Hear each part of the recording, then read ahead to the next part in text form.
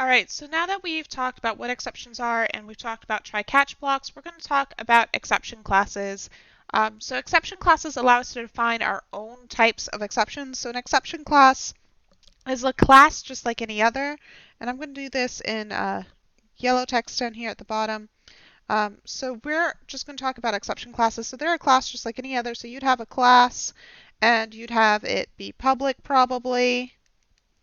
And what you also want to do is you also probably want to do something like name it with something exception. So we're just going to say this is my exception, right? This is just an arbitrary example. You're going to have something more useful for its name when you do it yourself. So we have just my exception, and what we're going to do is we need to use the extends keyword just like we would if we were using inheritance with any other class. And we're going to say it extends, not extends, but extends the exception here. All right, and then we have our class block here that we're interested in starting with, interested in defining. So this allows us to provide more info to the programmer when we're writing our own classes about exactly what kind of problems we might be having, exactly what kind of error our class might be throwing. So we're just going to take a look here, and there's two things that you need to define. So there's two major pieces of information in here. There's first, you need to have your the default constructor. So the default constructor would just be the my exception, and it takes nothing. Ooh. It takes nothing, and it's just going to call super, and you're going to pass some default message here. Okay, so this is the default message that this particular exception should always be throwing. Now the second piece of the second method that you need is actually going to be another, I'm going to try to write smaller here, another exception constructor. So here, and this is going to take a message. So you can pass in a particular type of message, and this just allows you to customize it. So you can say super, and then instead of passing in that default, you're going to just pass in that message that you passed in as the parameter.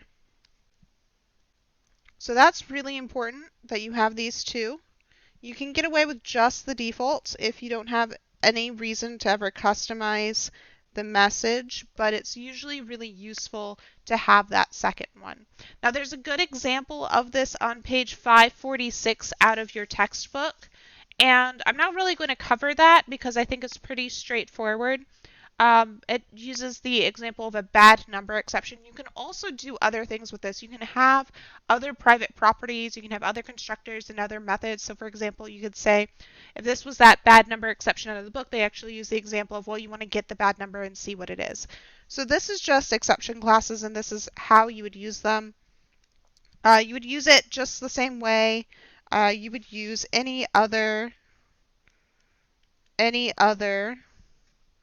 exception in a try-catch. So they're nothing special. It's just the fact that in Java, everything is a class.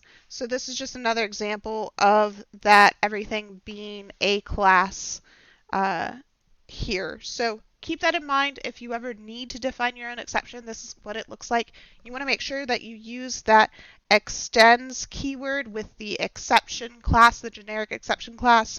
You can use more specific parent classes here than just the generic exception, but it's going to be something that you probably don't want to do. You probably don't want to use a more specific one than the generic exception class. You have to have a really good reason to use something more than that. All right, so if you have any questions about this, make sure you're messaging me on Teams, and I'll get back to you as soon as I can.